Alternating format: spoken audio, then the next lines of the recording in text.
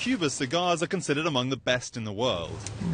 And perhaps the best in Cuba are rolled from tobacco grown here, in the province of Pinar del Rio. Here they're short because they have enough sun.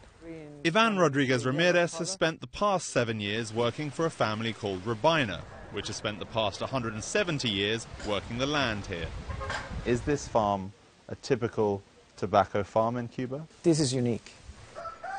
Unique because these 42 acres constitute the largest private plantation on the island, providing the tobacco for 1 in 20 of the country's premium cigars. 2 million cigars from a barn like this. If all of them are in high quality. But high quality does not necessarily generate great wealth. This is just for drying and changing the color. In a state-controlled industry, in a communist country, the government creates and controls the entire market. They don't share with us anything. It doesn't work in Cuba like that. So they sell the cigars and they get the profits. Workers earn less than $50 a month in factories like this, where each year 100 million cigars are rolled and sold. Smokers in the US are blocked from buying these Cuban brands, but still purchase 300 million hand-rolled cigars from other countries. If the US embargo ends, the current market for Cuban cigars would be squeezed. An increased demand would only be met if more rollers get trained and more tobacco gets grown by farmers like Hirochi Robina.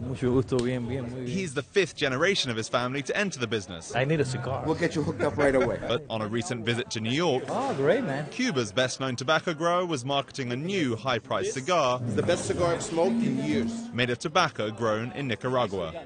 Do you think the Cuban government would like cigars to be sold in America? Of course. Of course. Why? It's a good business. It's very good business. But good business in the US may not benefit Robina unless Cuban authorities alter property rules that prevent him from expanding his farm, where annual revenues today total just $40,000 US. When you see a box of cigars made from your tobacco selling for hundreds of dollars, how does that make you feel? I know that with my cigars we find medicines for hospitals. Remember, my country is a poor country.